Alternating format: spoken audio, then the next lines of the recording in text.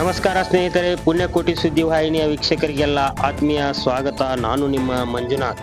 ಇವತ್ತಿನ ಪ್ರಮುಖ ಸುದ್ದಿಗಳು: ಗ್ರಾಮೀಣಾಭಿವೃದ್ಧಿ ಮತ್ತು ಪಂಚಾಯತ್ ರಾಜ್ ಇಲಾಖೆಯಿಂದ ದಿನಾಂಕ 29/11/2024 ರಿಂದ 1/12/2024 3 ದಿನಗಳ ಕಾಲ ಕ್ರೀಡಾ ಮತ್ತು ಸಾಂಸ್ಕೃತಿಕ ಹಬ್ಬವನ್ನು ಬೆಳಗಾವಿ ಜಿಲ್ಲೆಯ ವಿಶ್ವೇಶ್ವರಯ್ಯ ಯೂನಿವರ್ಸಿಟಿಯ ಕ್ರೀಡಾಂಗಣದಲ್ಲಿ ಹಮ್ಮಿಕೊಳ್ಳಲಾಗಿತ್ತು. ಕಾರ್ಯಕ್ರಮದ ನೇತೃತ್ವವನ್ನು ಜಿಲ್ಲಾ ಪಂಚಾಯತ್ನ ಮುಖ್ಯ ಕಾರ್ಯನಿರ್ವಾಹಕ ಅಧಿಕಾರಿಗಳಾದ ರಾಹುಲ್ ಸಿಂಧೆ, ಉಪ ಕಾರ್ಯದರ್ಶಿಗಳಾದ ಬಸವರಾಜ್ ಹೆಗ್ನಾಯ್ಕ್ ಸರ್ ವಹಿಸಿಕೊಂಡಿದ್ದರು. ಬೆಳಗಾವಿ ಜಿಲ್ಲೆಯ ಎಲ್ಲ ತಾಲೂಕಿನ ಪಂಚಾಯತ್ ರಾಜ್ ಇಲಾಖೆಯ ನೌಕರರು ಅತ್ಯಂತ ಚಟುವಟಿಕೆಯಿಂದ ಕ್ರೀಡೆ ಮತ್ತು ಸಾಂಸ್ಕೃತಿಕ ಕಾರ್ಯಕ್ರಮಗಳಲ್ಲಿ ಭಾಗವಹಿಸಿದ್ದರು.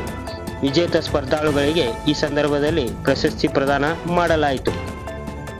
ಈ ವಿಚಾರವಾಗಿ ಜಿಲ್ಲೆಯ ಪಂಚಾಯತ್ ರಾಜ್ ಇಲಾಖೆಯ ನೌಕರರು ಜಿಲ್ಲಾ ಮುಖ್ಯ ಕಾರ್ಯನಿರ್ವಾಹಕ ಅಧಿಕಾರಿಗಳಾದ ರಾಹುಲ್ ಸಿಂಧೆ ಅವರಿಗೆ ಪ್ರಶಂಸೆ ವ್ಯಕ್ತಪಡಿಸಿದ್ದಾರೆ. ಈ ಸಂದರ್ಭದಲ್ಲಿ ಐಎಎಸ್ ಪ್ರೊಬೇಷನರಿ ಖಾನಾಪುರ ತಾಲೂಕಿನ ಪಂಚಾಯತ್ ಕಾರ್ಯನಿರ್ವಾಹಕ ಅಧಿಕಾರಿಗಳಾದ ದಿನೇಶ್ ಕುಮಾರ್ ಮೀನಾ ಅವರು ಕ್ರಿಕೆಟ್ ತಂಡದ ಕ್ಯಾಪ್ಟನ್ ಆಗಿ ಆಡಿದ್ದು ವಿಶೇಷವಾಗಿತ್ತು. ಮುಂದುವರೆದಂತೆ ಕಾರ್ತಿಕ ಮಾಸದ ನಿಮಿತ್ತ ಬೈಲಹೊಂಗಲ ನಗರದ ಶಾಖಾ ಮೂಸಾರ ಮಠದಲ್ಲಿ ಲಕ್ಷ ದೀಪೋತ್ಸವ ಕಾರ್ಯಕ್ರಮವನ್ನು ಶ್ರೀ ಪ್ರಭು ನೀಲಕಂಠ ಮಹಾಸ್ವಾಮಿಗಳು ಹಮ್ಮಿಕೊಂಡಿದ್ದರು. ಈ ಕಾರ್ಯಕ್ರಮದಲ್ಲಿ ಶ್ರೀಮಠದ ಅನೇಕ ಭಕ್ತರು ಪಾಲ್ಗೊಂಡಿದ್ದರು. ಮುಂದೆ ಇಂದು ಬೈಲಹೊಂಗಲ ಪಟ್ಟಣದ ಶ್ರೀ ಮಡಿಬಸವೇಶ್ವರ ದೇವಸ್ಥಾನದಲ್ಲಿ ಸುಮಾರು 100ಕ್ಕೂ ಅಧಿಕ ಮಾಲಾಧಾರಿಗಳು ಹನುಮ ಮಾಲಾಧಾರಣೆ ಮಾಡಿದರು. ಈ ಕಾರ್ಯಕ್ರಮದ ದಿವ್ಯ ಸಾನ್ನಿಧ್ಯವನ್ನು ಶ್ರೀ ಪ್ರಭು ನೀಲಕಂಠ ಮಹಾಸ್ವಾಮಿಗಳು ಮೂರುಸಾವಿರ ಮಠ ಬೈಲಹೊಂಗಲ ಮತ್ತು ಮಡವಾಳೇಶ್ವರ ಸ್ವಾಮಿಗಳು ಮಡವಾಳೇಶ್ವರ ಮಠ ಬೈಲಹೊಂಗಲ ವಹಿಸಿದ್ದರು.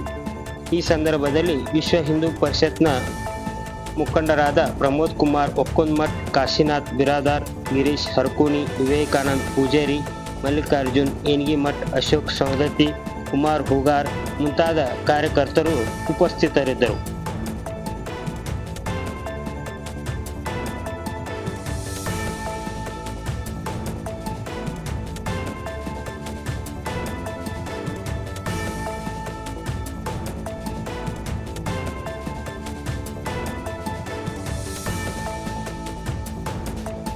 ಇಲ್ಲಿಗೆ ಇವತ್ತಿನ ಸುದ್ದಿ ಸಮಾಪ್ತಗೊಳ್ಳುತ್ತಿದ್ದು, ಹೆಚ್ಚಿನ ಸುದ್ದಿಗಾಗಿ ಪುಣ್ಯಕೋಟಿ ನ್ಯೂಸ್ ಚಾನೆಲ್ನ ಸಬ್ಸ್ಕ್ರೈಬ್ ಮಾಡಿ, ಬೆಲ್ ಐಕಾನ್ ಕ್ಲಿಕ್ ಮಾಡಿ. ಧನ್ಯವಾದಗಳು.